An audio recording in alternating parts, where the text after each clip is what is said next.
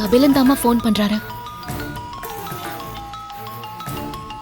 Attend பண்ணு, அப்பதான் எதுக்காக கால் பண்றான்னு தெரியும். இல்லம்மா, அது வந்து அட அட்டென்ட் பண்ணி பேசுமா. மா, கபிலனோட தங்கச்சிக்கு இன்னைக்கு பர்த்டேமா. என்ன 2 பேரும் இன்வைட் பண்ணிருந்தாங்க. நானும் வரேன்னு சொன்னேன். அதான் கால் பண்ணிட்டு இருக்காரு.